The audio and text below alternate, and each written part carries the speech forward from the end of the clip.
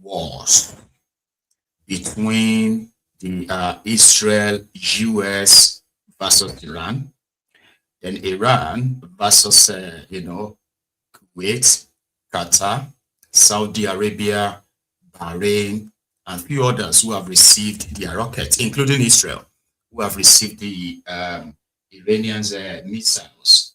That is where we are going to start from tonight. A catch up. About 24 or 36 hours ago, the President of the United States, President Donald Trump, made an announcement, declared an ongoing military operation, a joint military operation against the regime in Iran. Why? Donald Trump accused the regime in Iran of being responsible for the killings of over 1,000 Americans, attacks on the assets of the American assets in the Persia region and the rest of that, also sponsoring or funding terrorism all over the world, the Islamic jihadism. And part of that is Israel, where you have Benjamin Netanyahu, their own prime minister, who has vowed, at least as recent as January 2026, that until they get the regime in Iran crushed, he is not giving up. And that kicked off about 36 hours ago, which has now led to serious destructions all over this region. But it all started after President Trump made this announcement. And that's what we're going to start from this evening. A short time ago, the United States military began major combat operations in Iran. Our objective is to defend the American people by eliminating imminent threats from the Iranian regime, a vicious group of very hard, terrible people. Its menacing activities directly endanger the United States, our troops, our bases overseas, and our allies throughout the world. For 47 years, the Iranian regime has chanted death to America and waged an unending campaign of bloodshed and mass murder, targeting the United States, our troops, and the innocent people in many, many countries. Among the regime's very first acts was to back a violent takeover of the U.S. Embassy in Tehran, holding dozens of American hostages for 444 days. In 1983, Iran's proxies carried out the Marine barracks bombing in Beirut that killed 241 American military personnel. In 2000, they knew and were probably involved with the attack on the USS Cole. Many died. Iranian forces killed and maimed hundreds of American service members in Iraq. The regime's proxies have continued to launch countless attacks against American forces stationed in the Middle East in recent years, as well as U.S. naval and commercial vessels in international shipping lanes. It's been mass terror, and we're not going to put up with it any longer. From Lebanon to Yemen and Syria to Iraq, the regime has armed, trained, and funded terrorist militias that have soaked the earth with blood and guts.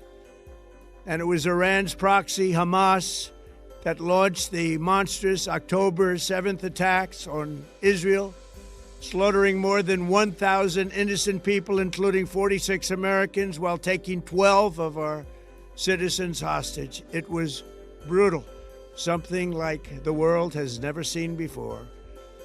Iran is the world's #1 state sponsor of terror and just recently killed tens of thousands of its own citizens on the street as they protested. It has always been the policy of the United States, in particular my administration, that this terrorist regime can never have a nuclear weapon. I'll say it again, they can never have a nuclear weapon. That is why in Operation Midnight Hammer last June, we obliterated the regime's nuclear program at Fordow, Natanz, and Isfahan. After that attack, we warned them never to resume their malicious pursuit of nuclear weapons and we sought repeatedly to make a deal. We tried. They wanted to do it. They didn't want to do it. Again, they wanted to do it. They didn't want to do it. They didn't know what was happening. They just wanted to practice evil. But Iran refused, just as it has for decades and decades.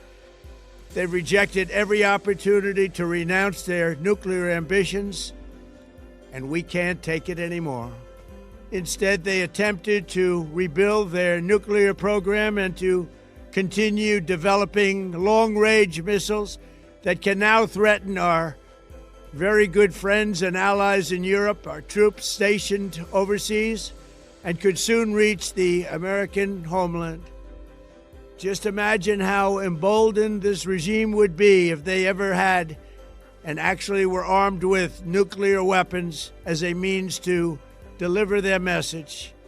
For these reasons, the United States military is undertaking a massive and ongoing operation to prevent this very wicked, radical dictatorship from threatening America and our core national security interests. We are going to destroy their missiles and raise their missile industry to the ground. It will be totally, again, obliterated. We're going to annihilate their Navy. We're going to ensure that the region's terrorist proxies can no longer destabilize the region or the world and attack our forces and no longer use their IEDs or roadside bombs, as they are sometimes called, to so gravely wound and kill thousands and thousands of people, including many Americans. And we will ensure that Iran does not obtain a nuclear weapon.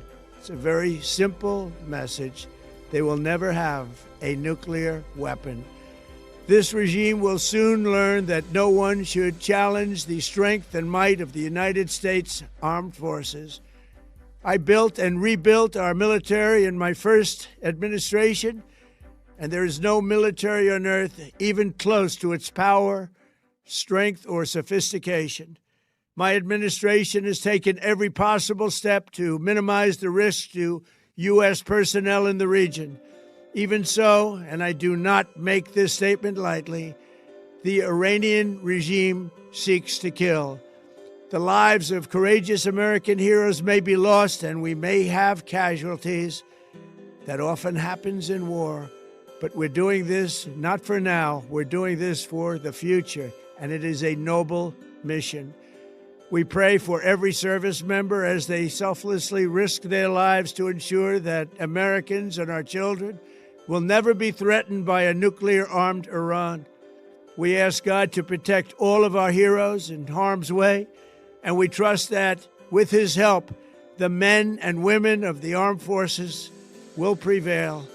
We have the greatest in the world, and they will prevail. To the members of the Islamic Revolutionary Guard, the armed forces, and all of the police, I say tonight that you must lay down your weapons and have complete immunity, or, in the alternative, face certain death.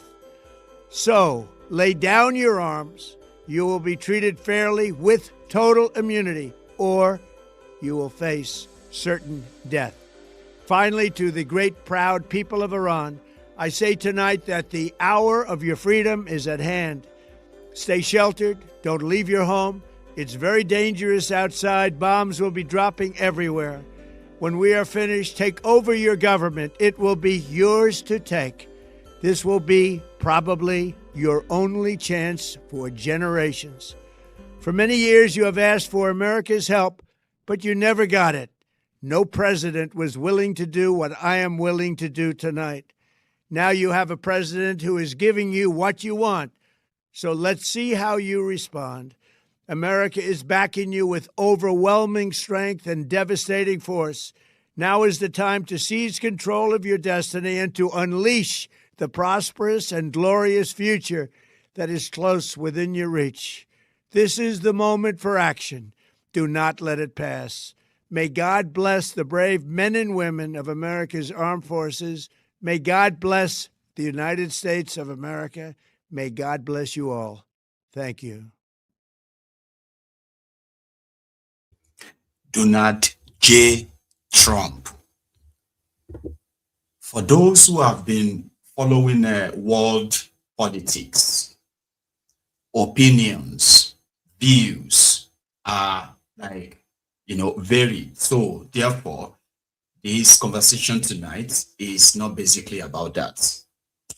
America is the world police. I have heard people ask that question. Who made America the world police? After the Second World War, America became the world police. And in that regard, they become people who can tell us which regime is sponsoring terror that they are not aware of. I mean, they are not part of, but they are aware of. And which country is indeed acting exactly how America, want them to act. So America decided that before terror, any part of the world could wage any form of war against the rest of the world, like what happened in the Second World War. So they will be in charge and make sure that never happened again. That is the reason why when they signed this, their non-nuclear whatever treaty for the countries who have the nuclear weapons and those who didn't at the time, and why some countries must never be allowed to. Now again, this is their global politics, rightly or wrongly, right? The American government of Donald Trump has been always like looking forward to a time to dislodge the Islamic Revolutionary Guard of Iran. Their track record is not that good or not that great in that sense. So, but they have been managing over the years to make deals with America back and forth. It's always been like a threat here and there. And the only reason why Iran seemed a little bit, or let me say this whole thing lasted or took this long before it finally happened, is simply because Iran also harmed themselves enough that if you attack us for any reason to dislodge this Islamic Revolutionary Guard in government, the Ayatollahs, right? They would then use their weapons and attack all of the American allies that surround them in the Persia. So this has been a threat. 2 days ago, when this operation actually started, or 2 nights ago when it all started, it was reported, in fact, a few months back, Donald Trump, the fact that Donald Trump said something about asking them to come and make deal, they wanted to do it, they wanted to do it, right?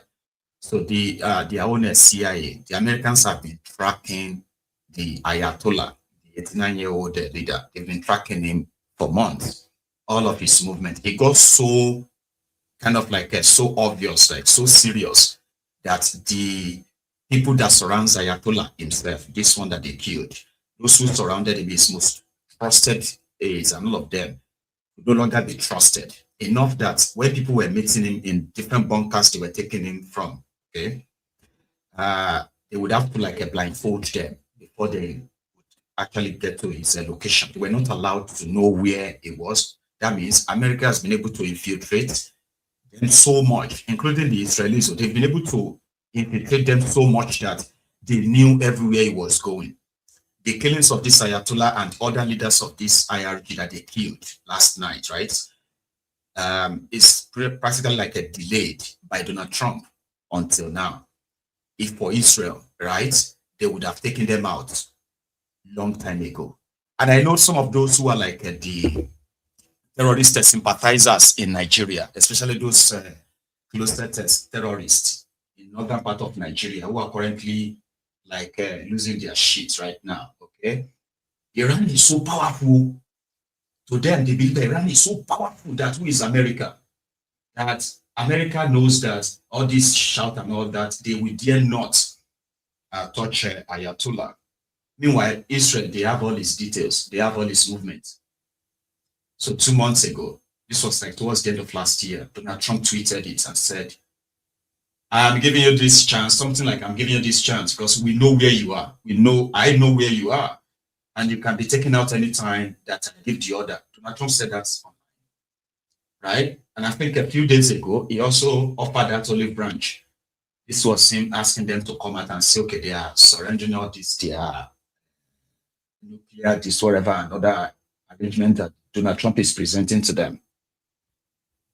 Again, the ones that you and I can possibly just find so irritating. Like, why is America doing this and the rest of that? But they are just confused, okay? They were all out to get him, right? And all of this, their US destroyer, all this aircraft carrier, ships and all that, they were already like cycling around the Gulf, getting closer, all firing towards Iran. So in defense, as usual, because that's how the American would just like have to pull back if this was just about America, right? America would have pulled back the moment Iran started striking all these countries, Bahrain, all these places, including Saudi Arabia, okay? Because all the US bases in these countries have all been like bombed by Iran. It wasn't just America that is looking for him or for them to destroy them. And it's not just about this Ayatollah. It is the entire IRG. The real person behind this is Israel. After Donald Trump's announcement, this is what it looks like. The Gulf of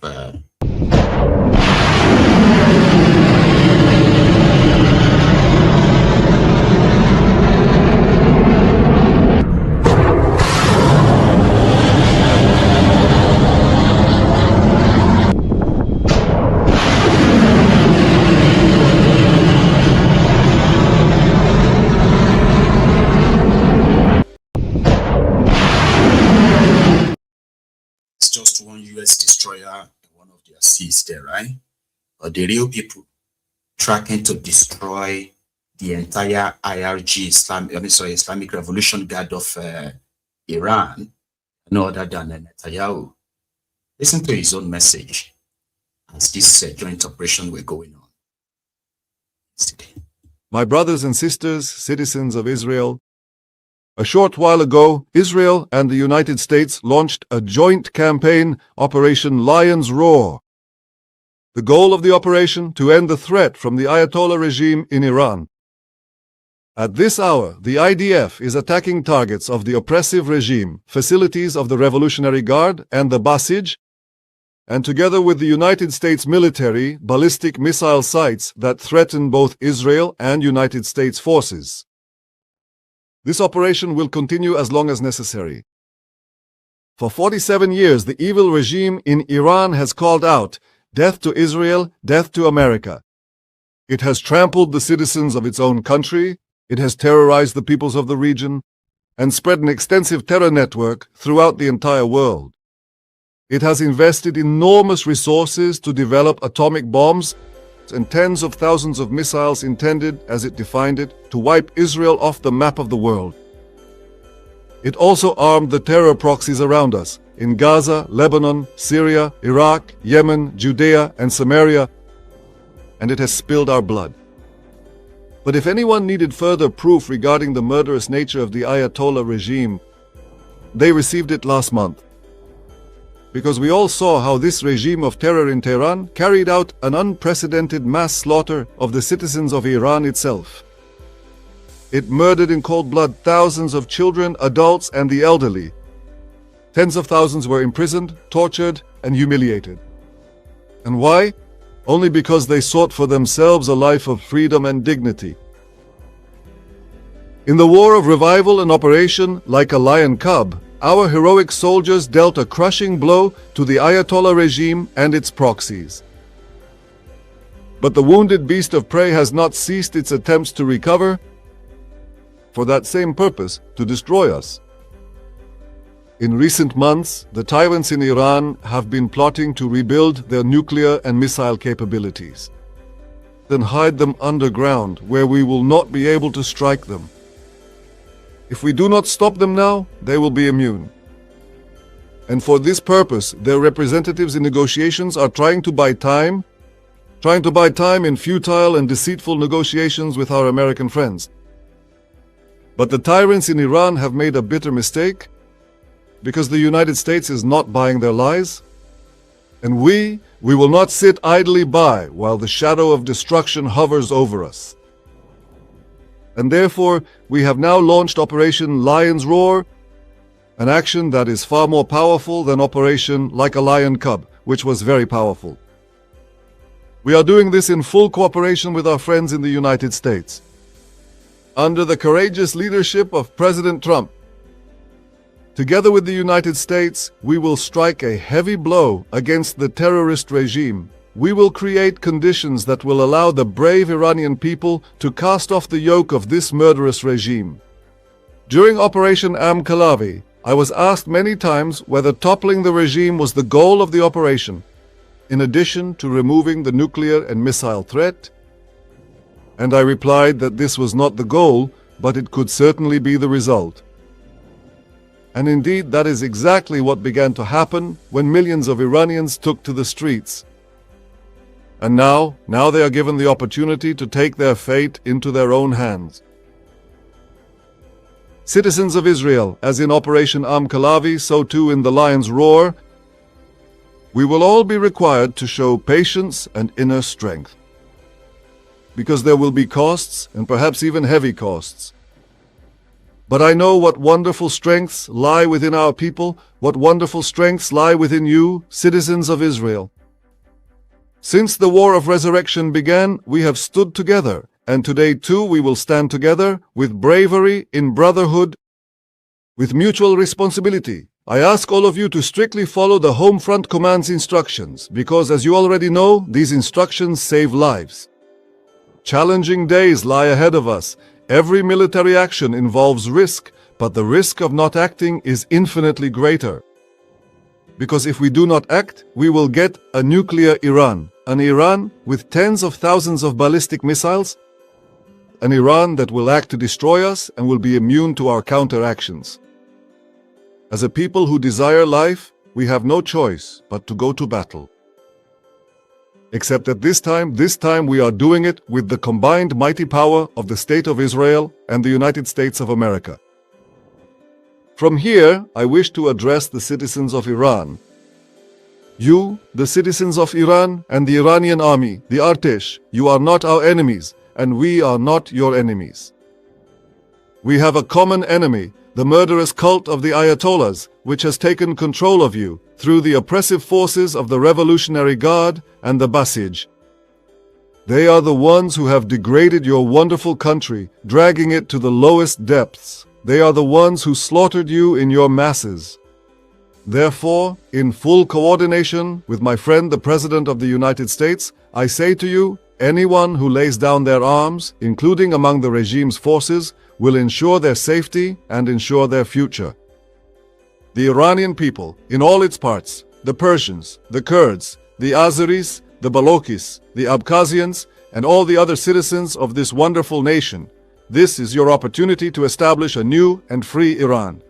Take your fate into your hands. To establish a new and free Iran. Take your destiny into your own hands. Raise your heads. Look up toward the heavens. Our forces are there. Pilots of the free world. Everyone is coming to your aid. Help has arrived. And I believe that the day is not far off when Israel and a free Iran will join hands for the sake of security and peace, for the sake of progress and prosperity. Citizens of Israel, I wish to thank from the bottom of my heart the President of the United States, Donald Trump, the American people, the American military. President Trump is not only Israel's greatest friend in the White House of all time, he is also a determined leader of the free world. He looks directly at future generations, decides what is good for America, and then acts with responsibility and courage. Together, we bring a great light to everyone in whom the aspiration for human freedom is planted. In your name, citizens of Israel, I salute the commanders of the IDF and its soldiers, our Air Force, the Intelligence Directorate, the Mossad. To the women and men of the security forces, to the women and men of the rescue forces, I salute them for their courage and for the power of their actions. And I say to you, an entire nation stands behind you. An entire nation offers a prayer for your success. My brothers and sisters, in 2 days we will celebrate the holiday of Purim. 2,500 years ago, in ancient Persia, an oppressor rose against us with the exact same goal, to completely destroy our people. But Mordecai, the Jew, and Queen Esther, with their courage and resourcefulness, saved our people. In those days of Purim, the lot was cast, and the wicked Haman fell along with it. Today too, on the holiday of Purim, the lot is cast, and the end of the evil regime is to fall as well. The prophet Amos says, "A lion has roared, who will not fear?" In Operation Lion's Roar we are roaring, "Fear not Israel, for are you not a lion cub?" We will stand as one man with one heart, and with God's help we will ensure the eternity of Israel. Now again, this is at the world stage, and they have history of all these clashes, including when what he just mentioned towards the end of the video, which is that 2005 or 2,500 years ago, there's something. So they have their history of that. And there are those that will say Israel shouldn't be there. Others will be like, Israel should be there. And this one should, all that fight over land and all of it, right?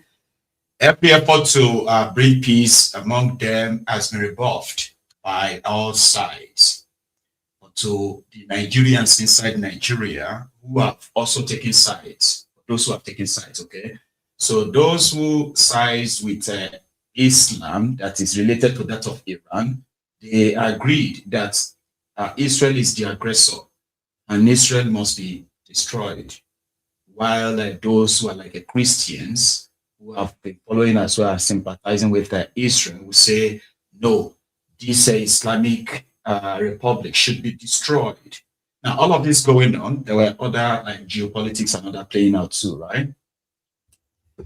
Iran has the capacity to launch a long-range missile. They have like tens of thousands of it. They have so much money invested in that. The only one that they have not really been confirmed to have built is a nuclear weapon. So Israel is saying that, you see this, to destroy the government ruling Iran, it is like a national security policy of Israel. If Iran continue to be ruled by this Shiite and other, right, then Israel's existence will continue to be threatened. And if the United States of America is practically not playing the big brother to the Israel in this part, right, Iran believes that they could have taken Israel out.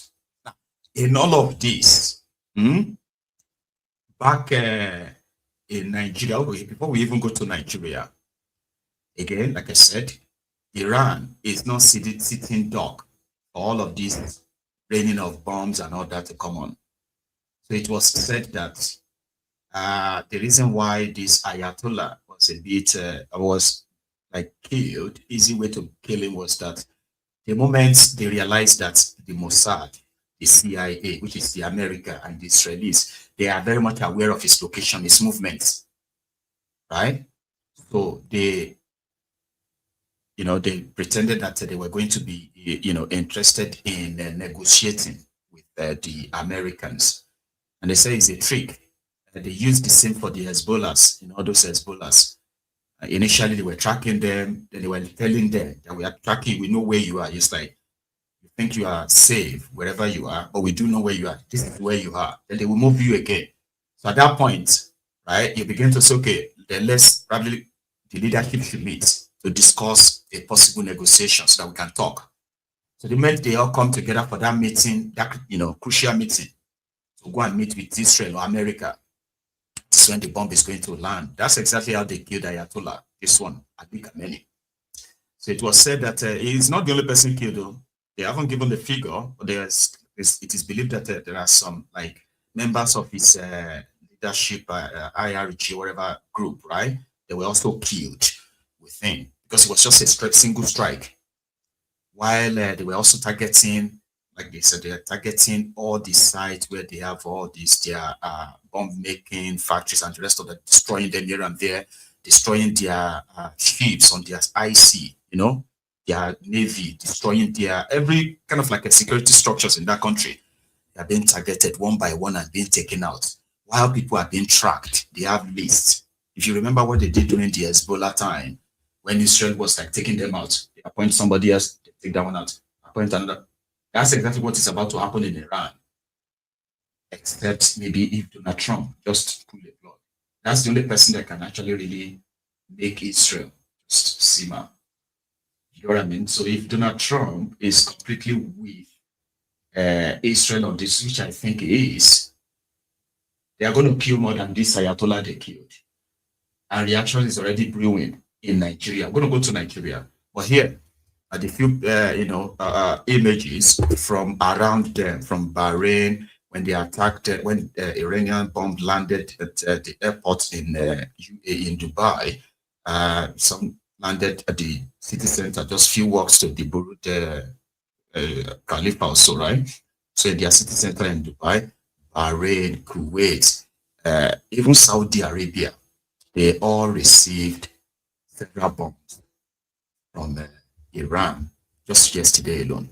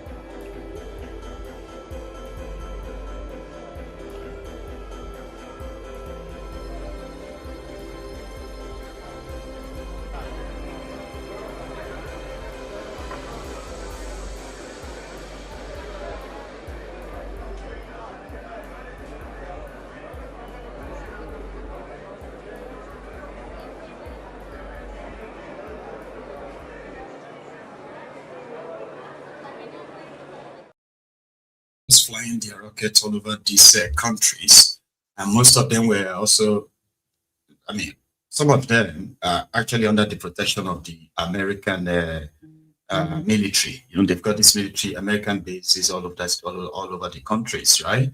So Iran can start getting those American bases there, right? Blowing them, dropping bombs in some of the cities because they are considered as American allies. Okay, and the betrayers sort of. So UK joined yesterday afternoon. Yeah, Stama. Earlier this morning, the United States and Israel struck targets in Iran. Iran has since launched indiscriminate strikes across the region. I know the British people and communities across our country will be deeply concerned about what this means for security and stability and for the fate of innocent people across the region, which for so many of us includes friends and family members. So whilst the situation is evolving very quickly, I want to set out our response. The United Kingdom played no role in these strikes. But we have long been clear. The regime in Iran is utterly abhorrent. They have murdered thousands of their own people, brutally crushed dissent, and sought to destabilize the region. Even in the United Kingdom, the Iranian regime poses a direct threat to dissidents and to the Jewish community. Over the last year alone, they have backed more than 20 potentially lethal attacks on UK soil. So it is clear they must never be allowed to develop a nuclear weapon. That remains the primary aim of the United Kingdom and our allies, including the US. I condemn Iran's attacks today on partners across the region, many of which are not parties to this conflict. We extend our support and solidarity to them as part of our commitments to the security of our allies in the Middle East. We have a range of defensive capabilities in the region, which we've recently strengthened. Our forces are active, and British planes are in the sky today as part of coordinated regional defensive operations to protect our people, our interests, and our allies, as Britain has done before, in line with international law. We've stepped up protections for British bases and personnel to their highest level. We are also reaching out to UK nationals in the region and doing everything we can to support them. I've been speaking with leaders today from the E3 and across the region. It is vital that we prevent further escalation and return to a diplomatic process. We want to see peace and security and the protection of civilian life. Iran can end this now. They should refrain from further strikes, give up their weapons programs, and cease the appalling violence and repression against the Iranian people, who deserve the right to determine their own future in line with our long-standing position. This is the route to de-escalation and back to the negotiating table. Thank you. We are going to bring you democracy. The people of Iran, you need to listen to us. We are coming to give you democracy because this is the norm and that is what we want. We will give you democracy. So those who are the supporters of Ayatollahs in Iran, right, they disagree because to them, these are the devil. Okay, whatever they say to you, don't believe them. Whatever you see or recorded to have been done, to have done by the Ayatollah and his government and all that, they are just, act of necessity. Don't listen to that. You see, it's all effed up world. We have to be honest with ourselves, okay? The Ayatollahs are responsible for many deaths. And others will tell you that America is responsible for many deaths too. And everybody will tell you that they actually care about the people. We are doing this to care for our people, for the people of Iran. We love you. We want you to, Anyway, back again, like I said, back in Nigeria, it's already generating its own reactions among the elite, the religious circles, and even the poverty-stricken voluntary slaves in that contraption too. Everybody is reacting. Death to America, death to this, death to that, that stuff. While killings in Nigeria, okay, continue to mount and mount and mount, I haven't seen any reactions to that like I have seen what just happened in Iran or still happening in Iran. And then some people gather themselves back in Nigeria. It's actually a talk. First, right? Those who have to tell or kind of like a protest it. So those ones are today.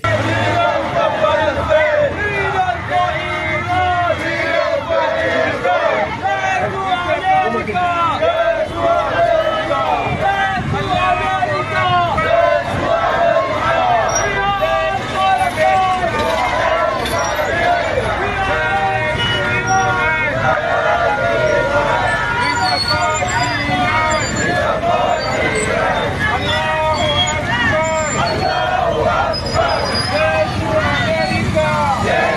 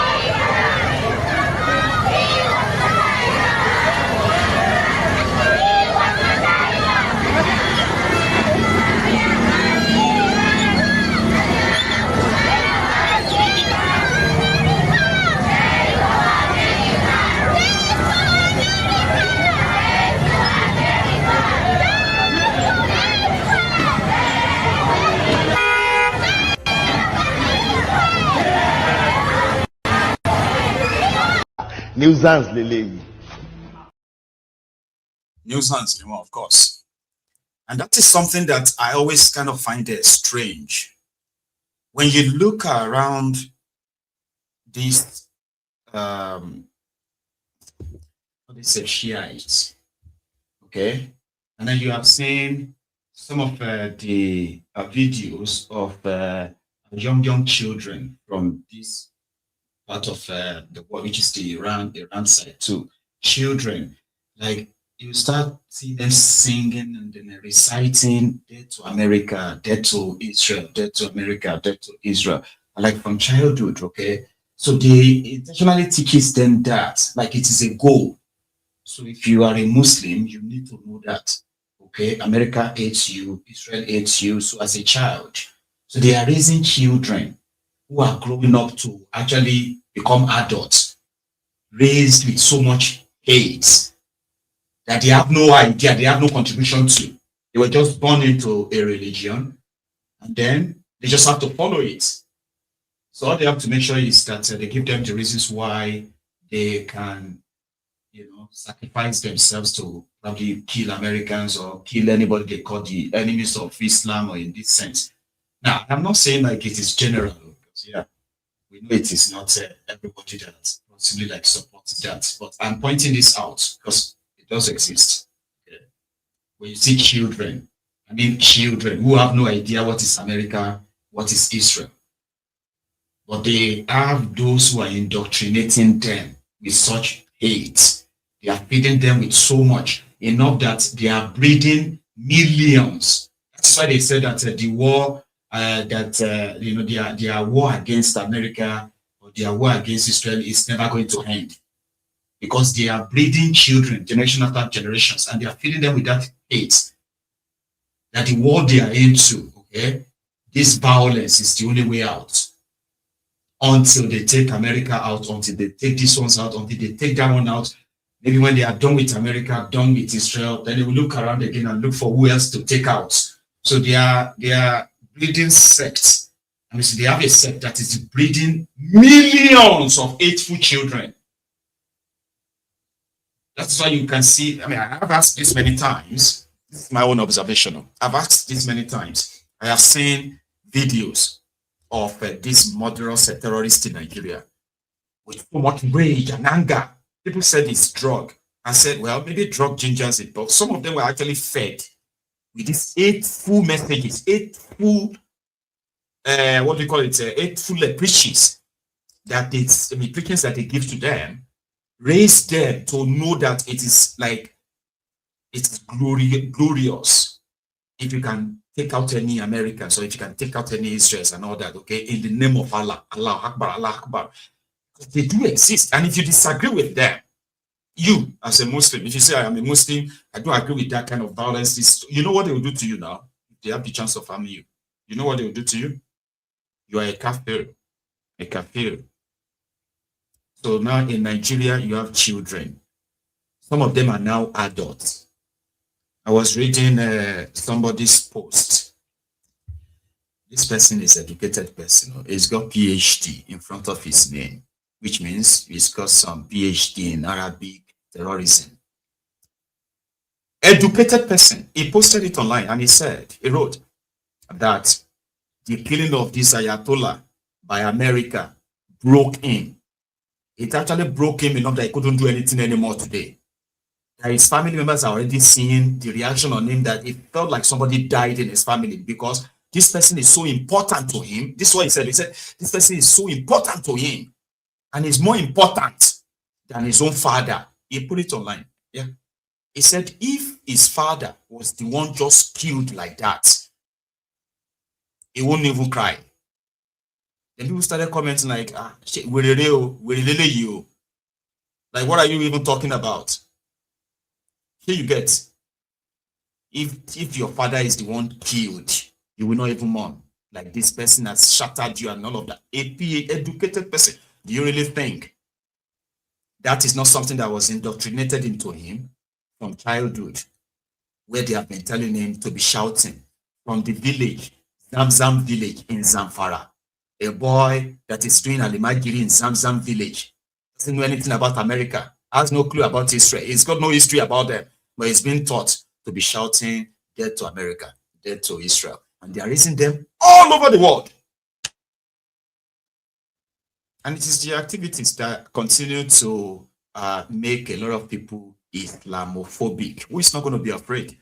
When you have done nothing wrong to anybody and they just like bombard your village and they started shooting and killing even women, children. You're not fighting war with them. What kind of indoctrination or religious teachings will push people to actually cause such harm, and on a grand scale in Nigeria? So those are the Shiites. Those ones, they are yet to be linked to any form of terrorism, but you have the Boko Haram. Those ones who said that the book is haram, yet the book is a sin. Reading Western education is a sin. That's what they call the Boko Haram. They've killed thousands, tens of thousands of Nigerians, and they are still back at it right now. Shouting Allah Akbar, slaughtering people in Nigeria, and the Nigerian government, yeah? Oh, that's a different story. So America is saying, let me even put it this way, because we are now in Nigeria.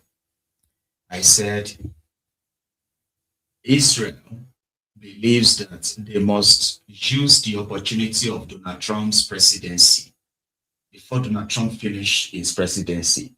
Use that to neutralize those they called the terror sponsor all over the world. Now, Nigeria is captured in all of this. This is why we are even having this conversation. Because in another few weeks, another few months, it could be Nigeria. Maybe not this level, because Nigeria is not going to be this tough for them. They come and take those they want to take out, and we're just going to see it in the news. Do you get it now?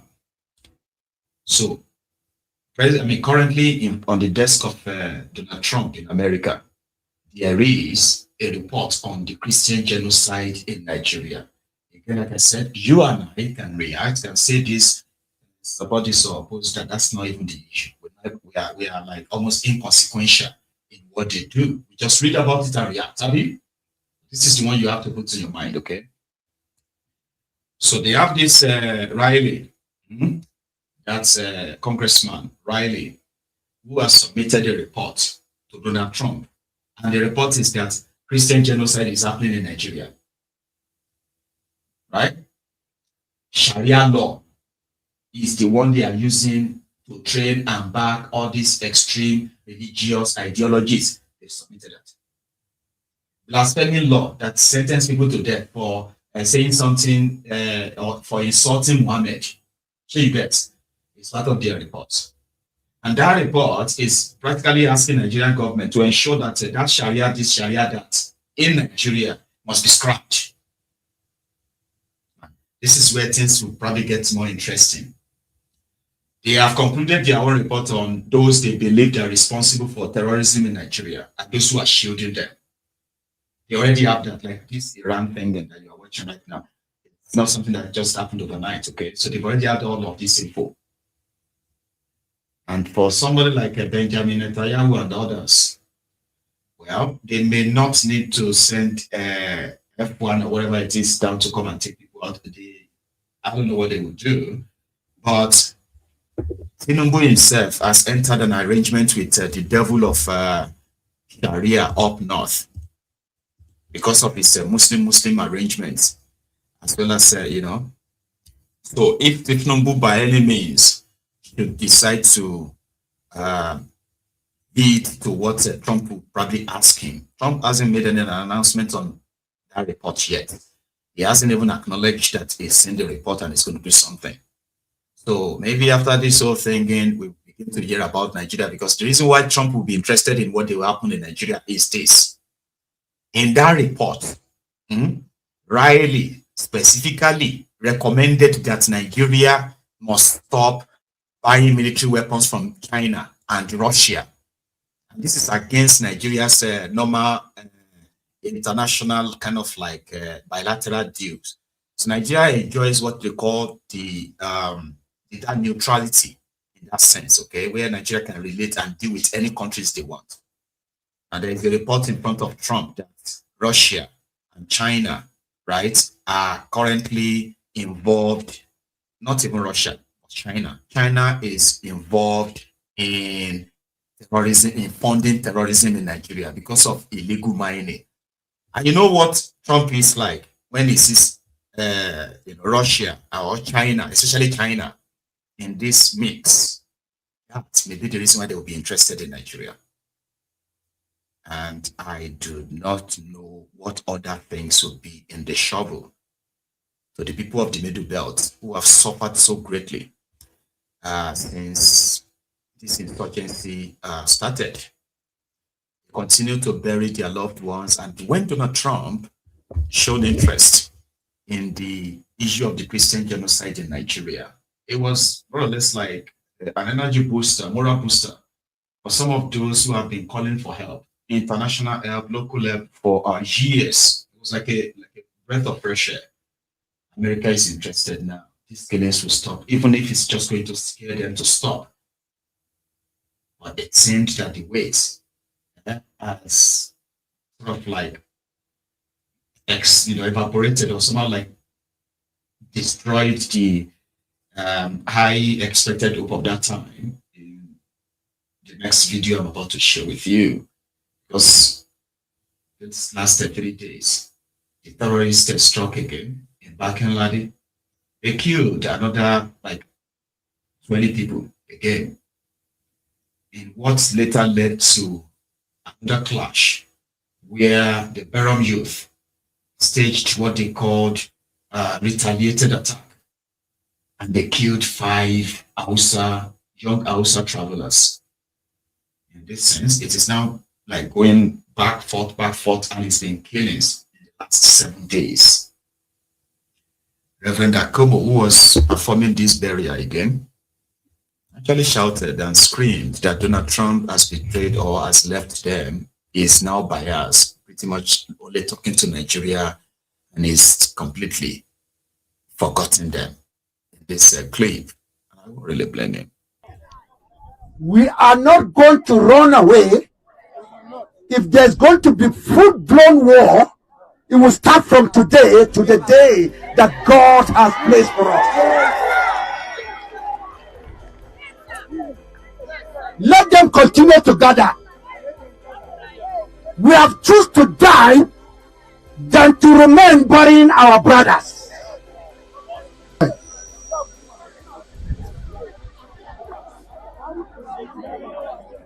My fellow brothers and sisters, I'm ranking the message so that we'll go back and stay and go for war.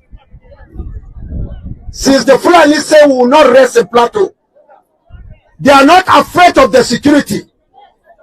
From today, we will not be afraid of the security.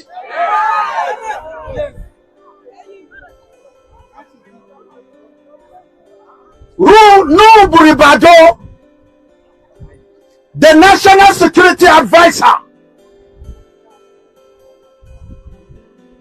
when I invited Trump to Nigeria to come and help us, when Trump responded, their blueprint that none of the soldiers of the United States should come to Plateau State. They redirect their attention to Sokoto, where the Muslim dominant area, the Muslims are enjoying the coming of Trump. If I were allowed to say Trump is in Nigeria to protect the Muslim, another batch in Maiduguri, another batch. Is it Kaduna, Bauchi? Kwara? No batch is there. The Yoruba people are being killed like chicken. Benue? No army is there. That is Sultan roadmap to wipe out Plateau's Christian. Other Christian in Nigeria. It's Islamic agenda to make sure that nobody stands for us. It has come to the time we have to stand and defend ourselves to death. The chairman local government, God bless you for what you have been doing. You couldn't rest. The governor couldn't rest. The man has been trying his best, but his hands are tight. Even Tinubu, his hands are tight. They are deceiving him that they will give him vote. That is his neglect. He should neglect the Christian agenda. Our agenda is for everybody to have Christ in his life. If you accept Jesus as your personal savior, that is our agenda. But not to kill anybody. Last year, the Fulani terrorists, they killed the chairman Miyati Allah of Barkiladi. I was challenging the Fulanis. Where is my friend Muhammad, the chairman Miyati Allah of Barkiladi, whom we used to work together? But today, the leadership of Miyati Allah in Plateau State, especially Barkiladi, are members of terrorists. Because that man sacrificed his life to stop killing, to stop cattle rustling. Because he was a blocking block for them.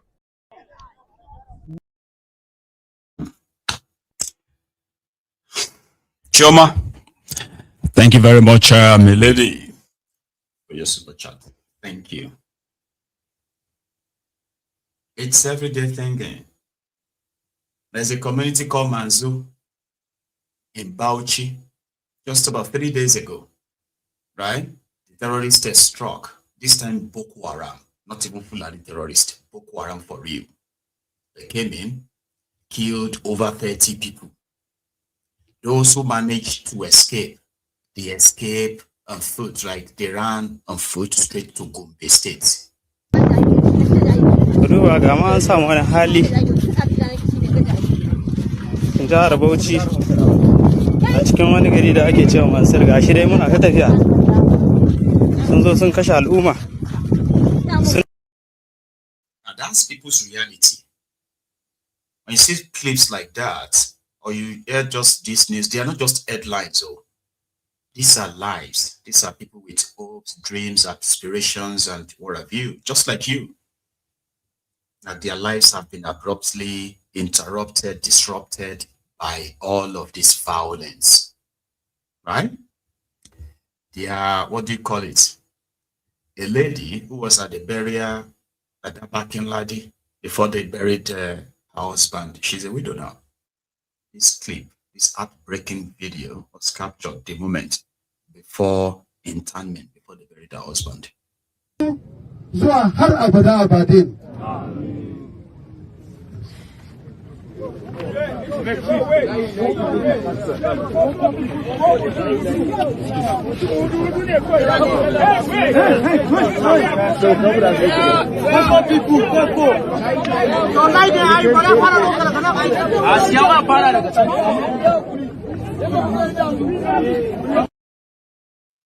There were many others, right?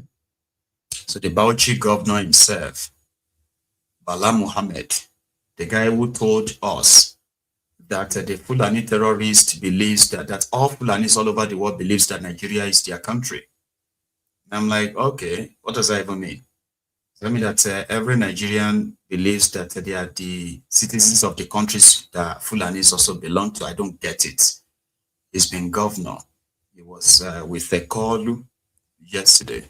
Like, he went to the Aso Rock to complain about the killing. Same in Adamawa. Well, I came here on behalf of the people and government of Bauchi State to see His Excellency, Mr. President, pertaining to what I know has already been highlighted in the Nigerian media space, the situation of insecurity in my local government, Al-Galeri of Bauchi State, where some bandits have become so emboldened and they have taken over so many ungoverned spaces there coming out from the Daji Madam. And we have been having some sporadic clashes and skirmishes with them, with the security agencies. But it would appear that the security agencies and all of us are overwhelmed, and the situation is escalating to a level where it will become a big humanitarian crisis, because out of fear and paranoia, most of the inhabitants are running to other states and other local governments at this time of fasting, and that's why I visited there with the aid of security agencies, saw the situation and brought a report to Mr. President and sought for special presidential intervention. And we know him to be somebody that is very serious with security. Without any prior appointment, I only prayed with him. He gave me he saw me immediately. And of course, I'm even proceeding to other very senior security officers under him, NSA and the rest, who would do the needful. So what's his response? Very positive. He has already given directives, and you know, they are doing a lot of activities in Kwara, Niger, something akin to what we have, some ungoverned spaces, forests, banditry, and what have you. But certainly our own, we are trying to seek for opportunity for the governors that are contiguous to that forest, that is that of Taraba, Plateau, Gombe, and myself, to have some summit and with the aid of the security agencies to rest this situation once and for all.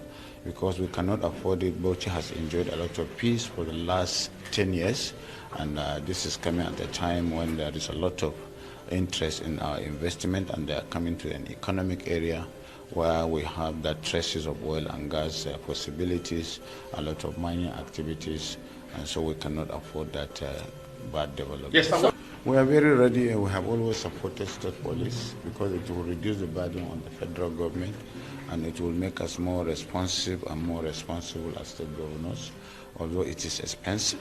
But certainly it is something that must be done, because security of safety of life and property is the main thing that we can provide. I have seen the importance of security in my state, because we have had a lot of security good situation where some micro and macroeconomic activities are going on, and it has really raised the GDP of my state. Yes, No, you see, it is not always right for people to be insinuating and trying to get answers where there are no questions. I have always said that I am a PDP man. I know the federal government and the importance of partnering.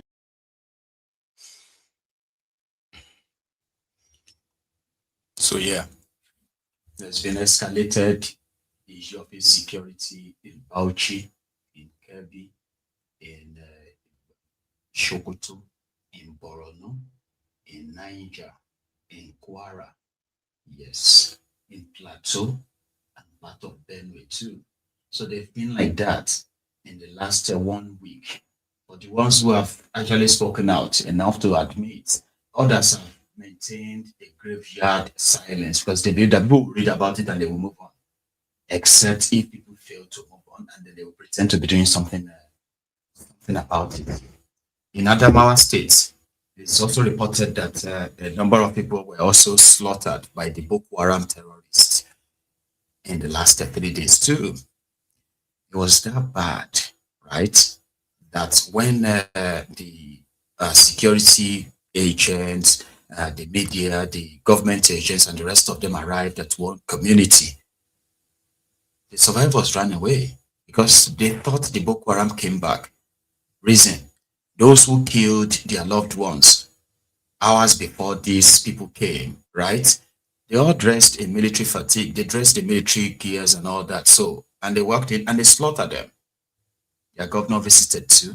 But take a look at this. The men, they saw those people arrive. They ran away. They had to run after them and say, hey, come back, come back. They are police, they are military, they are soldiers, they are government. Come back, come back. People took to their ears.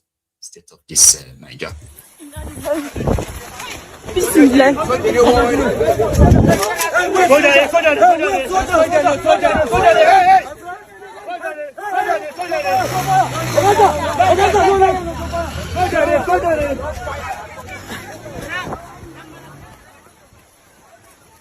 Anti soja ne fa.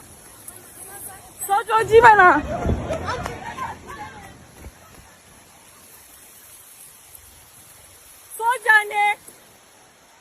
sojojin da sun wuce ne fa.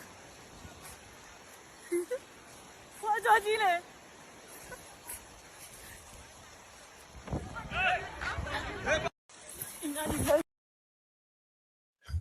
That is what trauma, PTSD, and all that feels like.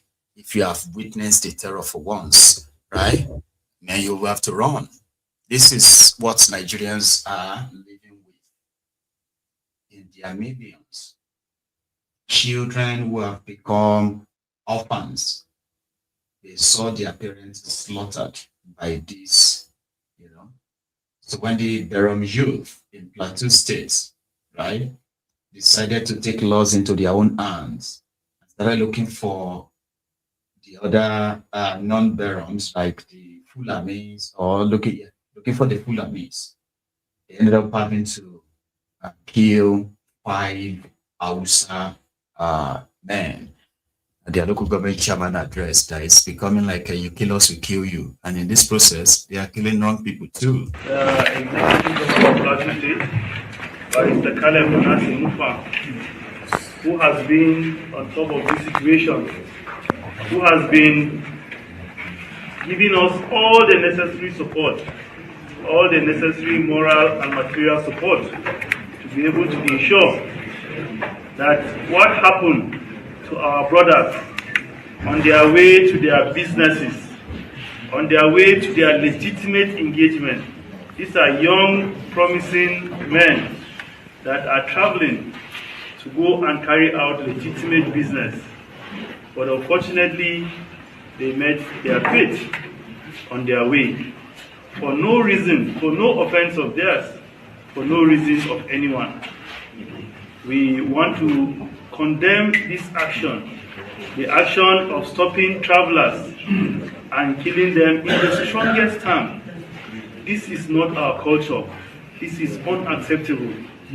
These are young men that are not armed. These are young men that are not carrying anything that would provoke anyone. But because their killers are cowards, because their killers are evil men, whether they are young men or they are old men, they are people without conscience. They are people without love for God or humanity. They decided to take innocent lives. So we condemn that action in strongest terms. And we want to thank His Excellency for also taking proactive measures to ensure that the perpetrators are searched, the perpetrators are found. Wherever they are, we want to encourage and appeal on behalf of our communities in Jos North local government that the perpetrators of this act should be fished out. The perpetrators of this act, when found, they should be made to face justice, because no one has the right to take anybody's life. We want to thank the communities in Jos North local government for coming out together in a proactive way to ensure that this provocative act did not snowball into crisis in the local government. We want to appreciate all the community leaders, all the youth leaders, all the security agencies, especially the Nigerian police, heavily led by the Commissioner of Police of Plateau State. He has been up and doing to ensure that this act did not anger our youth in allowing them to also take laws into their hands. I want to thank all the police. I want to thank the military that are here on the special assignment, Operation Enduring Peace. They are also all out, from the commandant and the Sector 1 commander. I want to thank the civil defense. I want to thank the DSS and other non-conventional security outfits. I also want to thank my mom and my dad, my uncle, my aunties, and everybody for their support and all of that. It's just have to thank everybody. But that's a local government chairman trying to kind of like make peace among these, among his own citizens under his local government area. Voila, everywhere. So when they asked Rebadu, who also organized a security summit on the state of security of the country, right? He had this to say. Samun fahimta kamar tattauna kake nufi ko sulhuntawa haka da su 'yan ta'adda. Yanzu a gida idan dan uwanka wanda yake gida guda wani abu ya zo ya faru da shi za ka ce wai ba dan wanka bane ba da ka iya idan an ce hannunka ya kama ciwo za ka yanka shi ne ko ba yadda za a yi kaki kaso daga gida yan wajen uwa ne akwai dewa waɗanda suke neman zaman lafiya akwai dewa waɗanda suke so a bar wannan abubuwan ne ya kamata mu fahimta akan cewa ba yaƙi muke da wata ƙasa ba ba wasu mutane daga waje bane muke abu ne masifa da ta zo mana gida to idan Allah ya taimake mu za a samu fahimta abinda da dan uwa yake fada da dan uwa Allah zai kawo fahimta akan cewa ce a'a bai yi ba daidai bane a bari kuma alhamdulillah ana samun nuisance leleyi. That is the National Security Advisor to the President of Nigeria, Nuhu Ribadu. What he just said there is what you have on that screen. So whether we like it or not, there are terrorists in Nigeria who want peace. Terrorists want peace. Is that not what they are doing with this, their repentant terrorist package that they brag about, that they've got many of them who have graduated from the Academy of Repentant Terrorists? Yeah. But that didn't reduce the terrorism. National Security Advisor tells us that there are some of them who want peace, whether we like it or not. So we must seek dialogue and understanding. So, on the one hand, Rebatom told the whole Nigeria and the world that they don't negotiate with terrorists and they will never negotiate with terrorists. They didn't know anything about all those peace meetings being organized at different local government areas in Katsina, in Kaduna, in Niger states. Now, Benue State is about to start its own repentant terrorism peace meeting. Plateau State is about to start their own too. All of this, it denied them in the past. But that same day telling everybody that there are some terrorists who wanted peace. When the terrorists kidnapped, they said over 300 school children from that Catholic school in Niger State last year.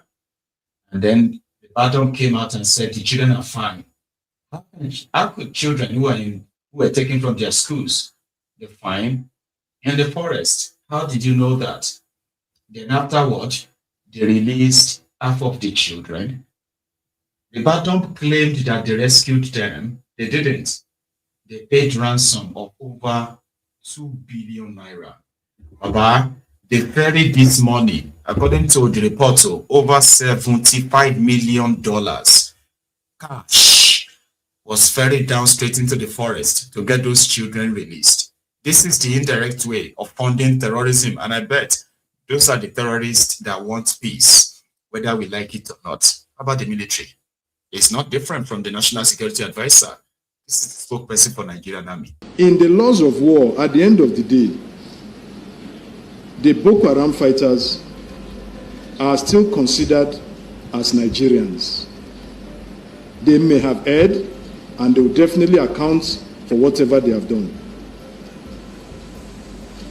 Are we saying, on account of the fact that they are Nigerians, if we have the opportunity to rehabilitate them, we should not?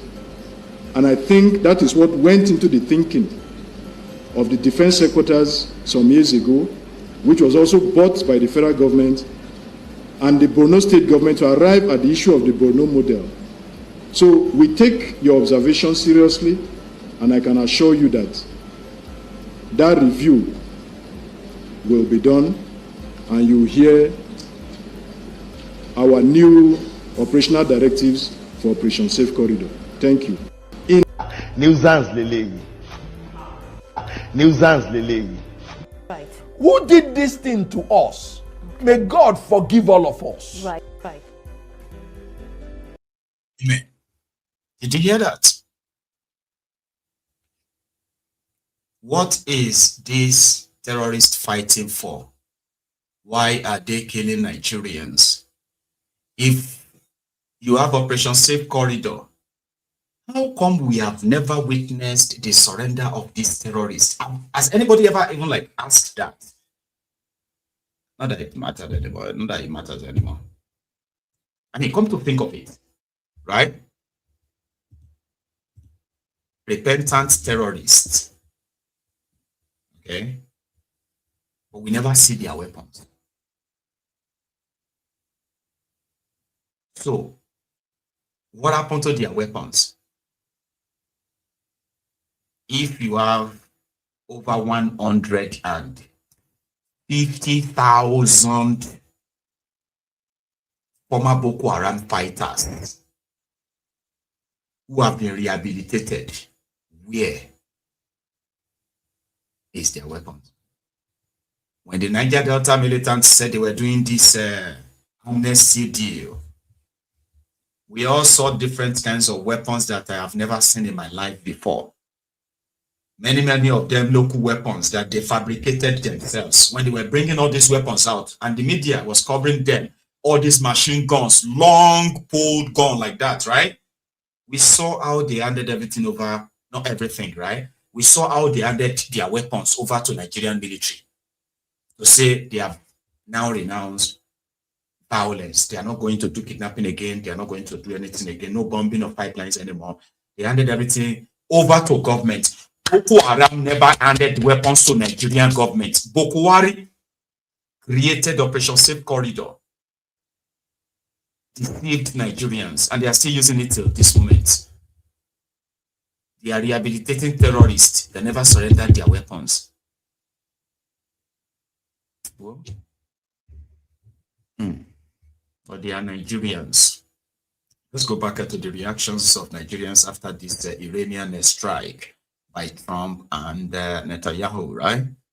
Here is one person reminding like the elite now. We have left the normal voluntary slaves, now the elite.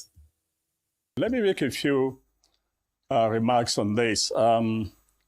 I think the world is in such a state we are now because, in my view, because of the irresponsibility of the world powers, who now thinks that because they are powerful, they have the right and the privilege to do whatever they want within the international system.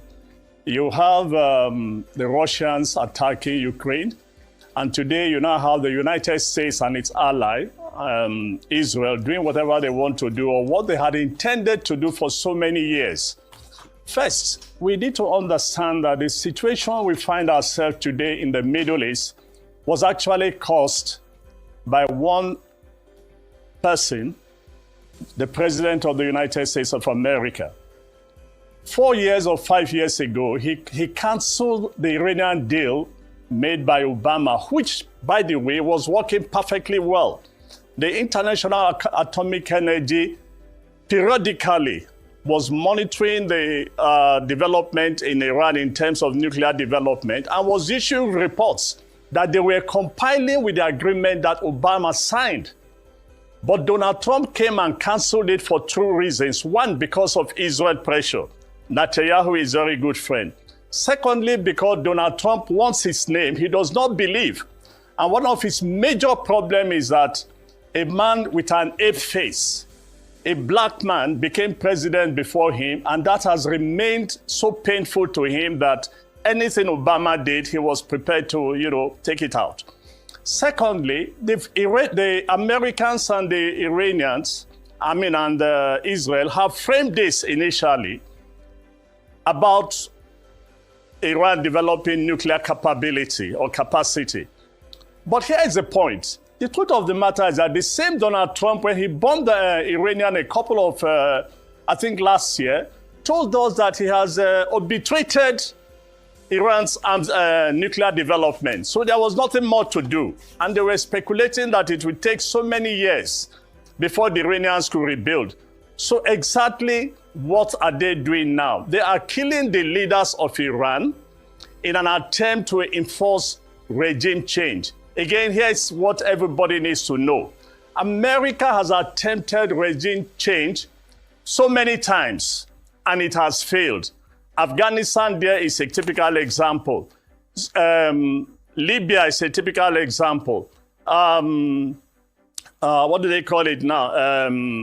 Iraq is a typical example. And this is the latest. In the words of Donald Trump himself last night, He's calling on the Iranian people to take over their country. How, for goodness sake, would the Iranians do that? So it shows you that America went into a war and they did not anticipate or prepare for who will take over. So how do we effect a regime change? So here we are again with the possibility of another American miscalculation taking place, but by the end of it, they would have killed so many people as has happened in the past. They would have destroyed, Iran, that was not a threat. Iran, we must emphasize, was not a threat to the United States in any way. Yes, it was sponsoring terrorists, supporting, what do they call them? These guys in Gaza and the rest of them. But it was not a threat to the United States, except that Netanyahu, since he became prime minister, has always wanted to go after Iran. And that's exactly what they are doing today. As for the implication of the world, of course, the world is on an edge. And nobody knows how this will end. But the truth of the matter is that at the end of it all, the Iranians, I'm sure, will rebuild. The Iranians, I'm sure, will take more actions, like they've closed the port of Hormuz or something like that, And I sincerely hope and pray that the international community will rise up and compel these nations to pull back a little and let the people of Iran be. They have suffered because of the economic imposed by the United States over a period of years. Just like Cuba. Cuba has been under sanctions for decades, for more than 6 decades. They've managed to survive, but America wants to make it even worse for them not to be able to survive. So we are at the mercy of superpowers exerting their powers to tell us that they are the most powerful. And in that process, they are not only endangering world peace, they have virtually rendered the United Nations almost impotent in what's going on. And so here we are, dependent on whatever these two major countries, Russia on one side and the United States on the other side, in any way they want to define the war. But certainly it's a cause for concern, and I sincerely hope that nations all over the world would realize that it's in the best interest of every nation to come together and try and restore some stability, if they can. Let me make a few. Again, opinion. Okay, it's just like water. It's everybody probably should have access to it or something. So, it doesn't matter. America is America. They will do what they will do. Damn the consequences, and they will remind you that that is what the superpower does. So maybe if you become one, right, you might choose to probably be lenient with your own potential threats. Yeah, but that's up to them.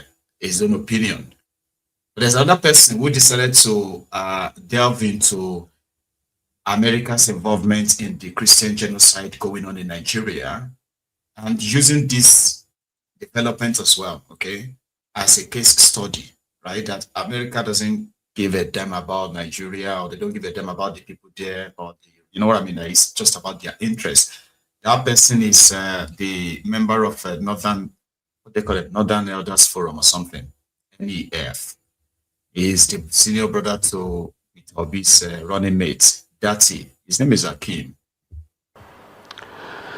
Well, first of all, I'm one of those Nigerians who is outraged and shocked that Nigeria has virtually handed over our sovereignty to the US entirely and completely. When I saw the document that listed all these activities and actions that some congressmen like Riley Moore are going to take to Trump, demanding outrageous violations and assaults on who we are as a country, our sovereignty, our integrity, our unity, our internal affairs, our security, the way we live. I couldn't believe it. I could not believe it. This is something Nigeria should condemn without reservation. It appears that this administration has handed over Nigeria to the Americans lock, stock, and barrel. If a team that has come to Nigeria many times operating under the allegation and the assumption that they are investigating so-called genocide against Christians, can go back, do a lot of work, and then up the ante and go to say to a president who always leans towards a narrow constituency involving the far right of America and some Nigerians who are apparently very powerful as lobbyists in the US, to denigrate Nigeria, pitch us against each other, and virtually turn Nigeria into a colony. That's basically what that is. Okay. What worries me is what appears to be the indifference of millions and millions of Nigerians who know what Nigeria was and is. There are non-Muslims who think this is a good thing for Nigeria. And there are Muslims who are outraged that even contemplating issues like removing Sharia, blasphemy laws, relocating Fulani people from where they are, virtually amounting to ethnic cleansing. These are things that will worsen inter-community relations in Nigeria. They shouldn't be tolerated, and we should demand that our president says to the Americans openly that there are limits to what this relationship involves. But above all, we want to know exactly what these agreements involve. Have we handed over America? Have we handed over our country, America, completely and totally? We are no more an independent country. America will decide from Washington who lives with who lives where, and which religion should be favored and which one should not be. How many times would they tell you before you know that Nigeria is not for you? Now they never leave you. They have left you behind. Photo, not be juju be that. Right. See, that thing he just raised is meant to actually call for everybody's sort of like reactions, okay? Because to be honest, I did say something about that on this platform in the past, that Tinubu is going to give Donald Trump everything he wants. They've got compromise on him. That's the side. So he's not that president that is going to go to the camera and act like a Nigeria president. He is not. If they ask him to jump, he is going to ask them, how high do you want me to? He's not going to question it. While they were using media to try to whitewash how they are responding to America's demands and the rest of that, he sent a delegation to America to tell them that they are willing and ready to do whatever they want. He didn't just go there. They walked out and picked up, a deal where they were willing to commit over $1 billion to the American military hardware just to show loyalty to Donald Trump. And they have had several meetings, no doubt. And some of the details of what they have discussed, including the ones that they have discussed with Referendum, which I don't know if they signed anything, right? We have been having snippets from their conversations, and part of the conversations, okay, is that, number one, you see all those Fulanis that are threatening the people of the Middle Belt part of Nigeria, there is a chance that they will remove all of them from that part of Nigeria. Do you know what that even means, right? And it's going to be government coordination to remove all of them from that place. Something that some believes, again, don't get this wrong, go. Some of them believes that Tinubu and Referendum, they wanted to behave like Bukwari, pretend to be cooperating with Trump until Trump is no longer the president. Okay, and they can just forget like it ever happened. You get that now? But they may not be that lucky, because right now there is a plan to ensure that there's a special protection for the people of the Middle Belt part of Nigeria, which includes harming them. Maybe not give guns to everybody like that. I mean, you will see the vigilantes who are going to be trained by the Americans. They're going to be carrying American weapons, and if the Fulanis in that axis by any means try to attack, zoom them out. So it's going to be the first part of Nigeria where this special protection is provided as agreed by Nigeria. But like Akim Baba Ahmed was saying, what are other things that Tinubu probably is willing to agree to? They know what they're saying. Because to Tinubu, right? Well, if that's it, how can we do it? How can we go around it and give it to them? So Riley Moore and others went to Nigeria. They spoke to the victims of this Fulani terrorism. And when they got back to America, they decided to tell Trump they're listening. If you are looking for those who are funding the terrorism in that part of the Middle Belt and northern Nigeria, we found out of the Chinese. We have the verbal evidence, we have the physical evidence of what people are saying and all that. So it will be better to mount pressure on Nigeria to sever relationship with China and ensure that they remove them from that part of northern Nigeria. And also remove Sharia. The Sultan of Sokoto. So right now, Tinubu is expected to act smart enough not to offend the Sultan of Sokoto as well, because they intentionally ensured that the Sharia is part of Nigeria. They took Nigeria to the Islamic, what's it called also, this IOC and the OIC, and they declared Nigeria as a republic, the Islamic Republic of Nigeria. They didn't make it official, but Nigeria is considered as an Islamic country because of these guys. They wrote the constitution for the country, the constitution that the people didn't see until they gave it to the newly sworn in president in 1999. He never saw it for once. He never read it. That's the best job. And inside that same constitution, Sharia is mentioned about 47 times. Sharia, the Islamic Council of Nigeria, Sharia section, there is about Islamic, there's no other religion recognized by Nigerian constitution, even though the constitution says Nigeria is a secular state, meaning there is no state religion. But yet inside that constitution, Sharia, this, Islamic, this or that, all listed inside that constitution as your law. So what the Americans are asking Tinubu to do, or if Trump demands that, is going to be that the Nigerian National Assembly would have to amend the Constitution of Nigeria, remove Sharia from it, remove blasphemy nonsense from it, and cancel all this Sharia court nonsense all over the place. Others are now saying that if that should be the case, Nigeria will cease. And others are also saying, well, that's good news.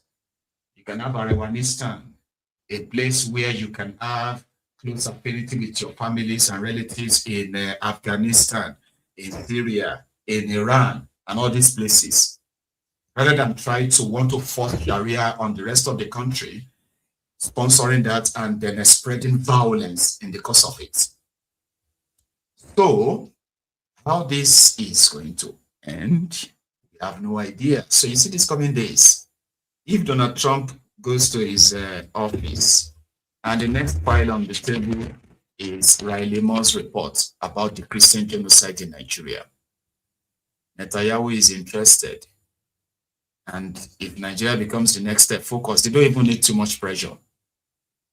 And I don't think a lot of you are ready for what that is probably going to lead to. But we'll leave that one for a second. The Sokoto state government, this is how they breed all this their corruption. Sokoto state government in this Ramadan says they are spending I think it's a 1.4 billion naira on feeding the people during the Ramadan. So Ramadan is how many days today now? 7 days? I don't know, but that's not the point. We saw where they are feeding these Sokoto people with 1.4 billion naira food. Obviously, it's kuli kuli and Sokoto. I mean, kuli kuli and Gary. Oh, I have mixed things up. There's something I wanted to share with you before we go to Sokoto. I want us to stop in Kaduna. Look at this community. I'm going to try and see if I can round it up by giving you what they are indeed talking about, right? We're talking about the Chinese and the illegal mining in Nigeria, all over Nigeria. See, there's the community called Anchao, Kabau. It's like Anchao community, it's called, right? Under Kabau local government area of Kaduna State. They have it, this SOS, Save Our Soul, call to the government of Nigeria. So I have one quick request, okay? We are currently on YouTube, we are currently over 1,200, like nearly 1,300, right? But we only have just about 300 of us who have actually liked the broadcast. So if you haven't, right, please like the broadcast in this next minute. Let's take that to maybe 500. Can we do that? Let's go to this community in Kaduna. They speak in Hausa. I'll tell you what they are talking about in the comments. Watch this. Talking about the Chinese illegal miners and their lives being in danger around this, in their own community, around these illegal mining sites. The government seems not to give it. Assalamu alaikum. Kamar yadda kuke gani kallon mu a nan wajen, wannan gari da kuke gani wani gari ne, ƙauye ne na wasu talakawa bayan Allah wanda suke noma shekara akalla sama da 200 a wannan waje. Kuma in kuka kalla can gari ne ga masallaci, ga al'umma, ga filin kwallo, can wasu ma suna kwallo yanzu haka. Nan gefe na ga gidajen mai ana yi. Wannan gari yana karaman hukumar Kubau ne. A Ancau kenan, hanyar Ancau. So yau tsawon kwanaki 12 al'umman garin nan suka wayi gari suka ga wasu fararen fata. Wasu mutanen China sun zo garin nan da wata na'ura suna aune. Bayan sun gama auna sai suka ce suna so a saida musu da tun daga farkon garin nan har zuwa ƙarshen garin nan. So bisa wannan dalilan wa'annan al'umma su kuma ba abin da suka iya, ba abin da suka sani sai noma, iyaye da kakanni. Ba su san komai ba sai noma, shine abin da suka iya. To bisa wannan dalilin sai suka ce wannan yanki nasu gaba ɗaya ba za su saida ba. Wannan yanki nasu za su san bar shi ne saboda su dinga cin abinci, saboda ba wani abu da suke yi, ba wani hanya da suke na samun kuɗi, ba wani hanya da suke samu inda suke cin abinci sai a wannan hanyar. Wannan dalilin ne yasa suka ce to su ana so a yi musu karfa akan su sai da wajen suka gada iyaye da kakanni. Bisa wannan dalilin suka ce to su suna buƙatan ƙungiyoyin kare haƙƙin ɗan adam da su taimake su shiga wannan al'amari, saboda wayannan mutane fararen fata ne. Sun zage garin nan, sun auna, sun ce suna so a saida musu da wajen nan gaba daya, su kuma ba su da niyyar haka, ba su tsara za su saida ba. Bisa wannan dalilan muka ce to za mu zo mu tattauna da su don mu ji gaskiyar magana. Sun mana bayani kuma mun ji, za mu so daga cikin su mutum ɗaya ko biyu kaɗan ji daga cikin kaɗan ƙorafin su. Malam menene hakika abin da ya faru? Assalamu alaikum, sunana Hussein Jibrin mai yashi. Hakika abin da ya faru kamar yadda muka labarta maka shine mun waye gari mun samu wasu fararen fata turawa sun suna ta auna a garin, sun fara tun daga kan asalin masallacin garin mu har zuwa gonakin da muke noma muke cin abinci. Akalla da mu da mun waye gari mun ga kakannin mu suna ci gaba da wannan aiki sama da shekara 200 da suka wuce. Sai kuma yau kwatsa maka cewa lallai wannan wuri sai mun zo mun saida shi mu tashi mu ba su guri, ba mu san inda za mu je ba, ba mu san inda za mu ba, abinda muka sani noma, ba mu iya wani abu da ya wuce mutum da noma ba. In mun saida musu me za mu yi, me za mu ci, ko mu sai na za mu abanna ba. Wanda aka zo in an saida maka koro aka baka kudin su ka lalace shikenan ka kama garari, ka zama kuma ba ta gari. Shi da muke jin ga mu ƙarin yara da iyalan mu obi da kowa, shi ne muke roƙon muka kawo kotan mu wannan hukuma na kara haƙƙin na aranta da ta duba mana. Bisa wannan dalilai bayani da yake yi, shi yasa sai muka cewa ai wayannan mutane al'ummar jihar Kaduna ne, kuma wayannan mutane a matsayin su na 'yan ƙasa suna da lafiya su zama 'yan ƙasa, kuma suna da 'yancin shari'a a ƙasa. Kuma wayannan mutane da su aka kawo gwamnatin jihar Kaduna suna daga cikin al'umma da suka dake wajen zaɓen gwamnatin APC. Wayannan bayan Allah talakawa sun gaya mun su ne suka tsaya tsayin daka sai da aka kawo gwamnatin nan na Malam Obasani. Bayan duka an gama gaba ɗaya sai suke zargin wannan abin, duk abin da ake ba gwamna bai sani ba. Wannan dalilin yasa suke kiraye cewa mai girma gwamna ya taimake su wa'annan waje suke noma suke cin abinci, kar a bari wasu fararen fata ko wasu al'umma ko a haɗa kai da wasu 'yan siyasa zuwa kwace musu waje. Wannan shine abin da suke jin tsoro. Za mu ci gaba da bibiyan wannan abin da ke faruwa, za mu ci gaba da kawo muku. Kuma daga cikin matakan da za mu ɗauka in Allah da in mun kiraye abin yaƙi za mu tafi kotu. In mun je kotu in Allah da duk abin da ke faruwa za mu kawo muku a labaranmu na gaba. Mun gode, Allah huta lafiya. Go to Allah. This one's got a warning. Other people never really get any warning. The terrorists move in, shoot here and there, they will relocate themselves. You know? So we're calling on government to please help them. The Chinese want them to sell and relocate from that place. Like, where is government in all of this? You'll be surprised that indeed the government is also very much involved. A few days ago, we saw the people of Ishagu in Ebonyi protesting this Fulani terrorism and all that, right? Well, they said a little girl was taken and killed on the way to the farm or thereabout, right? And then people reacted. Another little girl, another person was kidnapped and also killed. And since then, they've been like out and asking and calling on government to help them. The people of Ekiti received their own response today when the combined team of different security outfits confronted the base of these Fulani terrorists in Ekole, in Ekiti this afternoon. That's not where we're going.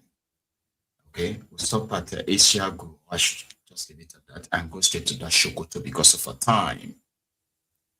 Sokoto State Government's governor announced that they will be spending about 1.4 billion naira or so on feeding the people fasting during this Ramadan. Okay, feed them for the next 30 days. Indeed, we managed to see the clip of this Ramadan breaking of fast paid for by the Sokoto State Government. This was around the Satan's place, by the way. 1.4 billion naira feeding.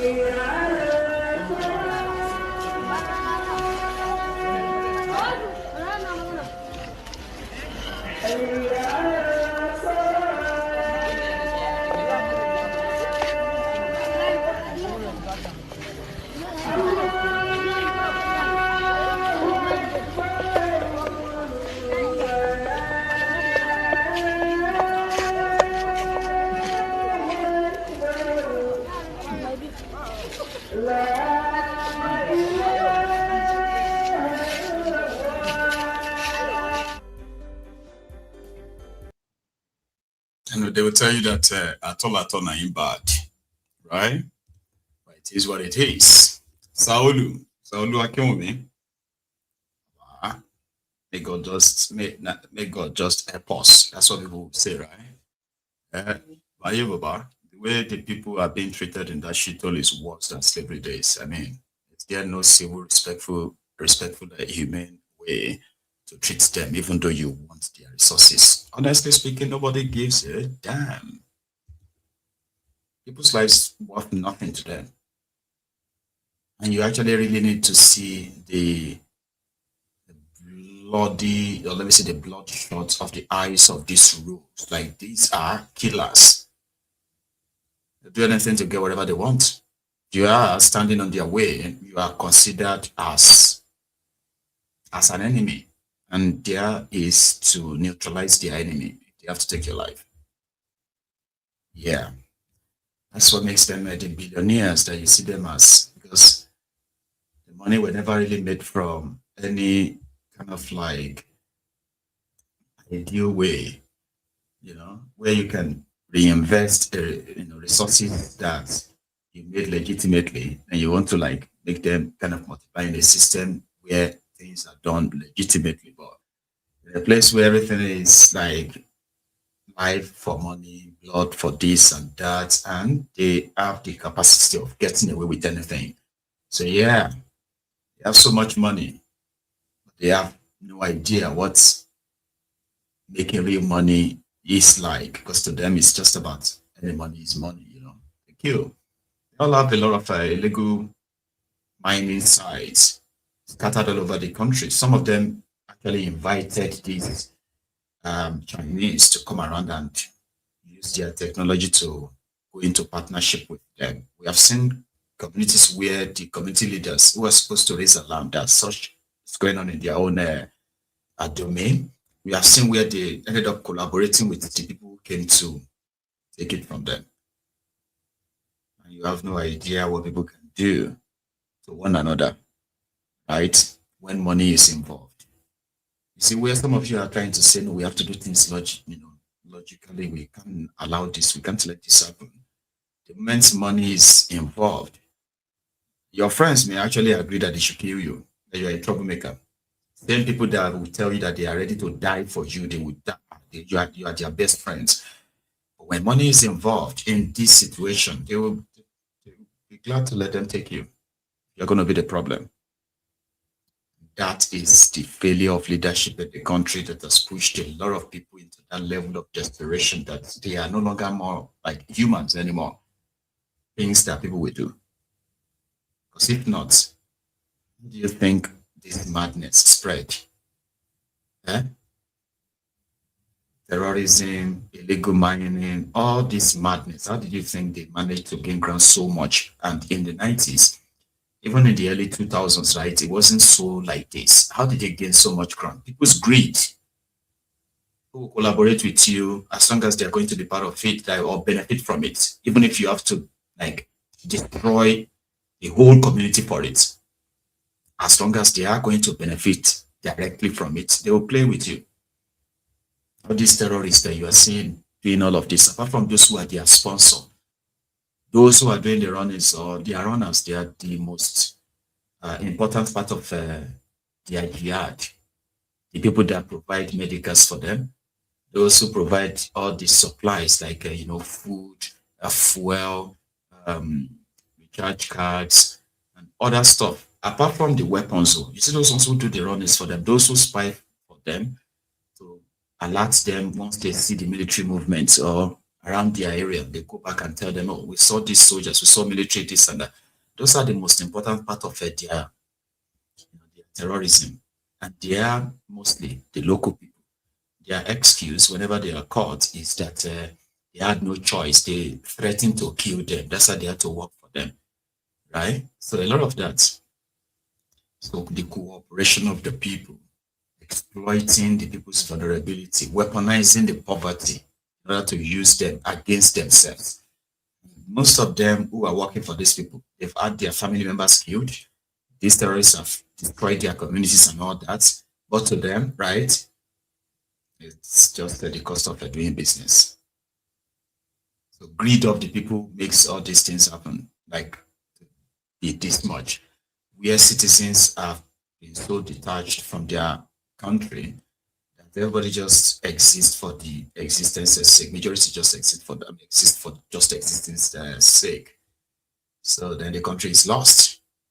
You're going to see all foreign people, all kind of people who are coming in, walking straight into your backyard, digging your land, destroying as much as possible they can destroy, take whatever they can take and just leave.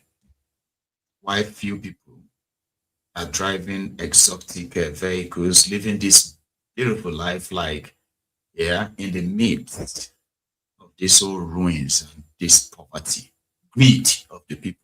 They allow it. Because everybody just thought, from those who are going to be driving them, those who are going to be spying for them, the stuff. Sad. First Lady of Nigeria.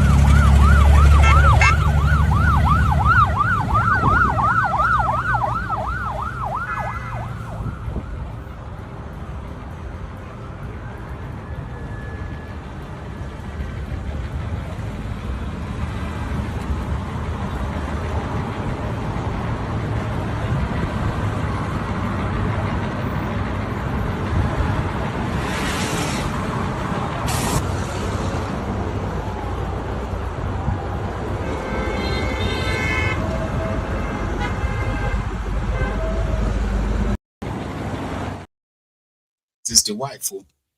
I saw the president. That's the wife. And she was visiting Delta State, her home state. She's from Delta State. The last drama I shared with you was that of Devalues and a businesswoman, Tracy O'Hiri. Things really got so bad that day after the court granted her bail.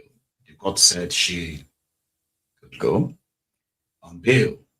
Then Maiyegun Sharia and others and the lawyers, and they did all they could to fight for a bail until when another order came from one police officer called Fakorede that they've secured another judgment, detention order from another court. Why is that? So that triggered a series of other reactions. Then people asked Devalues again, he denied owing up. Then a day after that, a group of women, so they came out to come and warn a very dark man, Yele Showore, and even Tracy too, and everybody who has been on the side of this woman, they're out to give you the warning. So I'm going to start from the effort of Maiyegun Sharia to make sure that a woman granted bail by court was not detained or rearrested and re-detained by another fake court judgment. It was first with the correctional officer, the one that was playing, the trick, trying to deny the fact that the court that granted this lady bail somehow miraculously disappeared the case file, something that just happened a few hours ago in the course of securing a bail. Maiyegun Sharia ended up having to be on the phone with, I think, the police commissioner in Abuja and others that they mentioned. Okay, it's quite dramatic. I can't piece them together like that. Okay, but let us start with when Sharia was trying to question the correctional officer, the prison officer. What are you doing? Register. Yes, right? No, you accepted the deal from the registrar, but you cannot accept the release order from the same registrar. Look at you, are a scammer. You cannot accept the same deal from you are telling me now that you accepted this deal from the registrar. Is that not so? Yes, that's one case. Yes. So why did you refuse to accept a release order from him? Why didn't you allow me to carry the suspect go to court? So for what? Who's the suspect? You are the suspect now. You are now the Let's go suspect. outside. Let's go outside. Scammers. Let's go outside. Charade went as far as calling those people mentioned as behind this new trick. Just because the big man minister wanted to flex his power, show you how powerful he is. You question me, you. Magistrates granted her bail. I am one of the sureties. We have completed the bail process. Your police came from the FCC, brought another and called for backup and want to abduct her. Then they went and obtained a detention warrant from the same judge to take her to prison. The prison people don't have a bail, but the men are here, including the prosecutor. One guy named who wants to force her. This man has 2 kids that are being breastfed. They brought her from Lagos 3 days ago. Back on the days, the one behind us. So that's enough.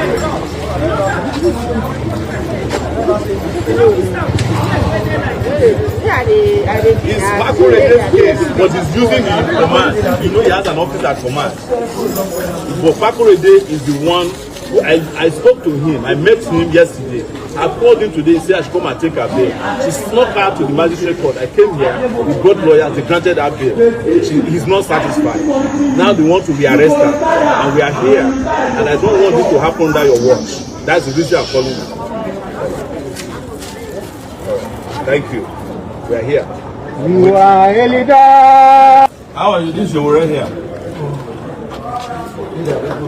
This is Showore here. I saw your men here. They say you sent some men to the Wuse court. Are you not the DPO of Wuse police station?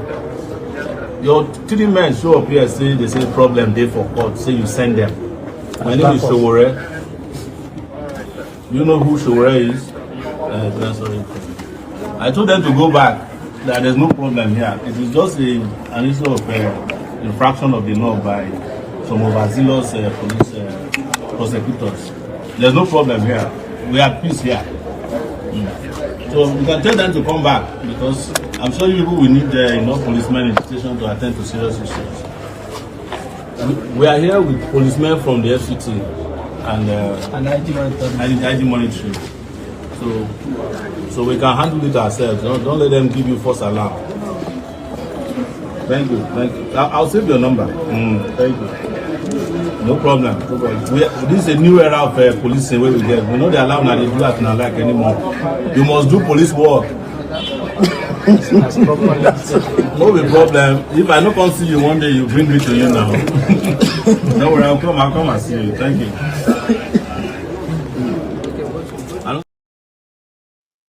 Sure. It's like a thorn on their flesh, right? Thorn on their flesh. So we see how far that goes. But Devulumai continue to deny her. And the way he's talking, you can easily tell that he's lying. But he's a randy man enough to know that he's lying. He just dropped Natasha into that conversation. That's why would he want a woman like that? A handsome man like him. If he was a Natasha what's in now, says that the Devulumai is chasing her. Then maybe that, he can still take that. Why is Natasha in that convo? Definitely, whenever they are drinking diaburukutu with the plate of okwabi, laughing at Nigerians, they also fantasizes about probably some women too, that they wish they could have, or somehow they may not be able to have. On top of this matter, Devulumai. I want to thank a lot of you who know me very well, party chairman. I owed nobody, and of course I presided over both men and women, and nobody ever said, I harassed him or I owed him. Deputy governor, the same governor for 8 years, and I did fantastic infrastructure. So nobody could come and say we didn't do it, unless the person give me change. So what you read on social media, I'm not worried about it. It makes me stronger, and I've fought many battles. So this is nothing. There's nothing wrong to say, oh, you are chasing a woman. But if it is Natasha that is accusing me of chasing her, then my face will be bolder.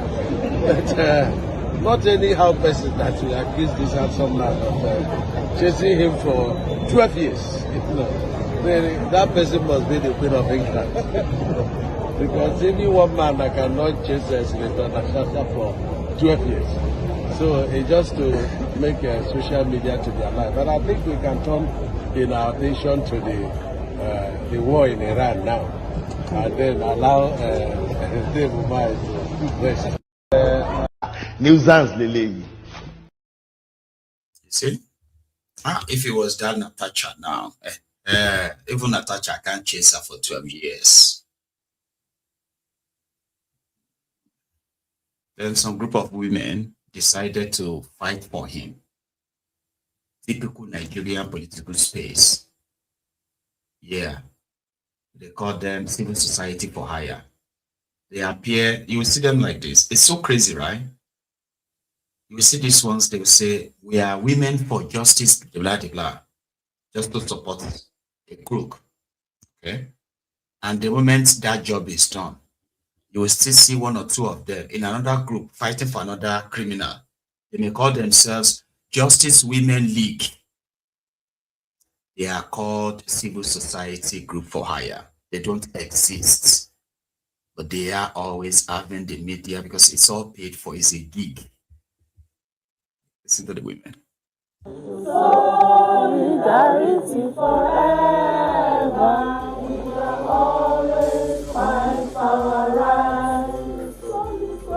Solidarity forever. Solidarity forever. Solidarity forever. We shall always fight for our rights. We reject trial by ambush. We reject reputational warfare disguised as activism. We reject emotional coercion as substitute for law. The rule of law must be maintained. Institutions must be protected. Reputation cannot be destroyed without proof. The National Women Alliance for Rule of Law stresses that social media must never replace judiciary. When public sympathy becomes the strategy and emotional appeal becomes the evidence, the rule of law is weakened. Public officials are accountable, but accountability must follow lawful process. Justice is not served in front of cameras. It is served in courtroom where evidence is examined and tested. If there is evidence present in court, if there is no evidence, stop the public spectacles. Social media trials amount to bullying, which attract jail sentence. Go to court and prove your case if you have any. Responsible governance demands documentation, not recollection. It demands evidence, not emotional amplification. We refuse to allow governance to be destabilized by what clearly bear the fingerprints of reputation manipulation. Responsible governance demands evidence, not viral drama. Thank you. Solidarity of our greedy leaders. Oh, Tonja, where are you? This is the time you are supposed to strike, so that we eliminate all of them, so that we have peace in our nation. We'll join them in one aeroplane, so that it will crash land in the course of their journey. Furthermore, our security agents, i.e., the police and National Women Alliance for Rule of Law. That's their group. I have never heard anything like that in my life. But that's what they normally do. They will print banners. It's all paid for. Okay? And I've seen a lot of that. Several occasions many times. Right? It is Nigeria. So then afterward, everything will just disappear. Remember that lady that was making the move to recall Natasha from the Senate because of Yeye Bello. Remember that time? She was all over the place, everywhere. But the moment they finished the job, she moved on. Natasha is still in the Senate. Okay? and she's probably waiting for another gig. The next time you're going to see her, she's going to be representing this new group, fighting for something that is so similar to what she does. People for hire, women, men, young, old, crazy. They may have a job, or Iyabo may have a job for them. Obasanjo said daughter. Yeah, Iyabo, Obasanjo, Bello. Is that her name? I don't know. Anyway, Shasha call her Iyabo Obasanjo. He is now trying to become the first female governor in Nigeria. And yeah, she's planning to be the next governor of Ogun State. Yeah, is why. Ogun State is probably, it's going to be the first state to have a female governor elected, because we've had female governors, as you know, that for different reasons became governor for short periods of time, but we've never had an elected female governor in the country. Politics is not supposed to be a lifelong career. Many people leave it and go back. I will even give that example of His Excellency, the president of our country, Bola Ahmed Tinubu. He was governor for 8 years, and he was not in government at all. He did not seek political office until he ran for president. That was a period of about 20 years in between. We've had 3 governors from the east, right? Central has had 2, and West has not had any. I do agree that we need, fair is fair. In the nation, I do believe that every region should produce a president at some point. And right now, the only region that's never produced a president, they did produce one for a short time in the 1960s for 6 months. Unronsi is the southeast. So so fair is fair. So I think that in Ogun State, yes, we must have somebody from the west at some point as governor. But at the same time, Central is not the person that has stopped them. Me, myself, I was the person that actually campaigned with Olure most in this at that time. He didn't make it. My father himself wanted Senator Bajomo to come out at some point. That was during 1999. It ended up being Martin Skuyen who didn't win. Then my dad supported GNI tremendously in another election. So, and some of our former governors have done the same thing. I think that we need to sit together and be more strategic about how we produce a governor from the West. I think that, yes, what my father said in terms of Central and East have to come together and then leave it for the West. But that coalition has not been formed. And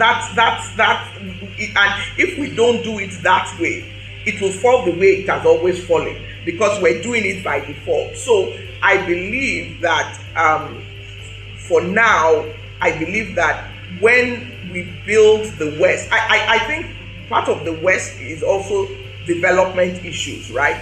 We need to focus on development of the area in a way that will then internally generate people that will come out on their own. So there is a lot to it. I'm not saying that Egewa does not have the right to be governor. I'm just saying that at this point, I think I'm the most prepared. I've been a commissioner for health. I know Ogun State.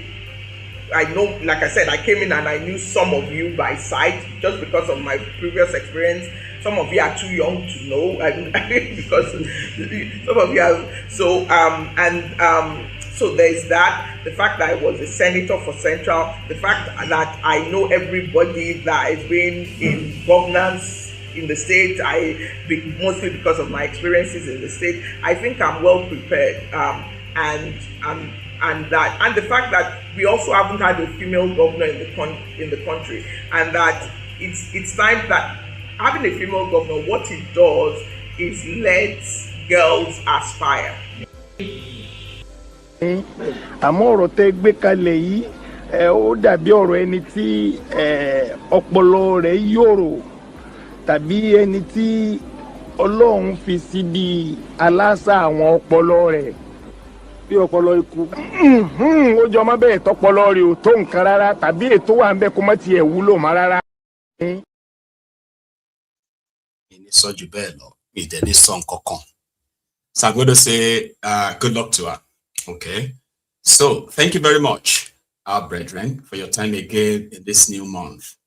And I will continue to appreciate your time with me and all our time together. So I'm going to see you another time, and that another time is going to be tomorrow. So please, if you have stayed this long, and I do apologize to those of you who prefer we take calls, okay? I promise that that is going to come on stream very soon, okay? But for now, please share the broadcast, like it, subscribe to the channel, and take your time and check out some of the content as well. If you are new, then join us again another time. I will see you then. So it's going to be a good night from here, okay? And Odaro.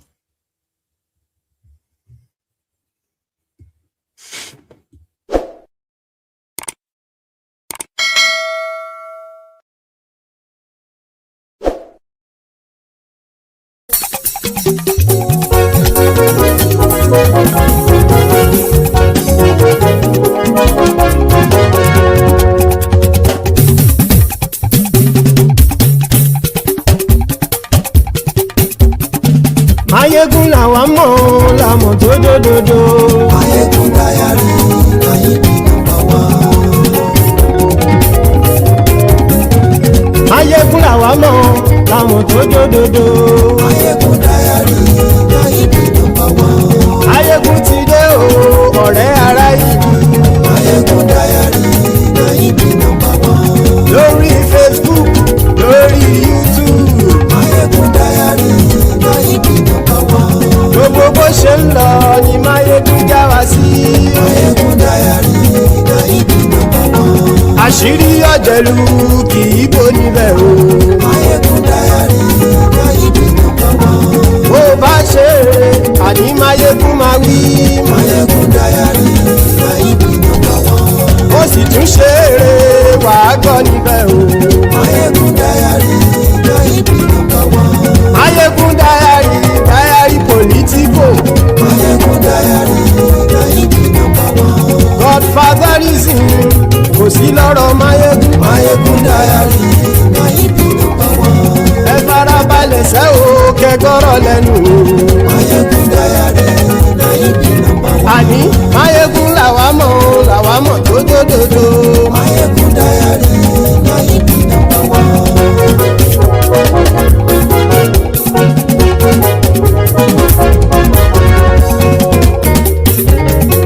Àní ẹ̀sùnra kì í. Maiyegun ti dé. Maiyegun ti dé. Ọ̀jẹ̀lú ẹ̀sùnra kì í. Maiyegun ti dé. Àní ẹ̀sùnra kì í. Maiyegun ti dé. Lórí Facebook. Maiyegun ti dé. Àní ẹ̀sùnra kì í. Maiyegun ti dé. Lórí YouTube. Maiyegun ti dé. Àní ẹ̀sùnra kì í. Maiyegun ti dé. Bọ́ bàbá gbé wúrẹ́. Maiyegun máa wí. Àní ẹ̀sùnra kì í. Maiyegun ti dé. Ijó ìgbádìyẹ. Maiyegun máa wí.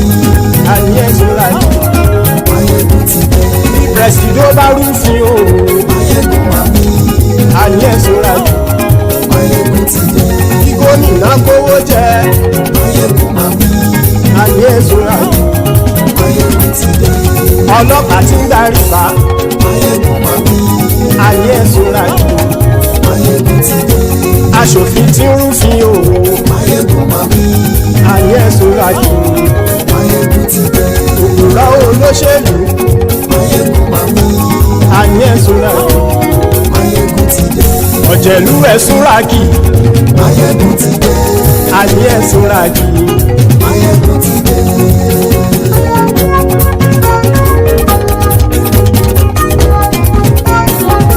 Maiyegun ti dé. Gbogbo ọ̀jẹ̀lú ẹ̀sùnra kì í. Maiyegun ti dé gbogbo ọ̀jẹ̀lú ẹ̀ súnra kì ṣùgbọ́n ní bá ti ṣe èyí tó yẹ kí wọ́n ṣe ọmọ bá dèrò ní fi wọ́n níran o. Maiyegun ti dé gbogbo ọ̀jẹ̀lú ẹ̀ súnra kì Maiyegun ti dé gbogbo ọ̀jẹ̀lú ẹ̀ súnra kì ṣùgbọ́n ní bá ti ṣe èyí tó yẹ kí wọ́n ṣe ọmọ bá dèrò ní fi wọ́n níran. Wọ́n fowó bẹ́ẹ̀ o Maiyegun ó sọ pé wọ́n ò fẹ́ bẹ́ẹ̀. Wọ́n fowó bẹ́ẹ̀ Maiyegun ó sọ pé wọ́n ò fẹ́ bẹ́ẹ̀. Oníkan ṣáàtì ṣe èyí tó yẹ kí wọ́n ṣe fáwọn ará ìlú tó gbé wọn débẹ̀ o.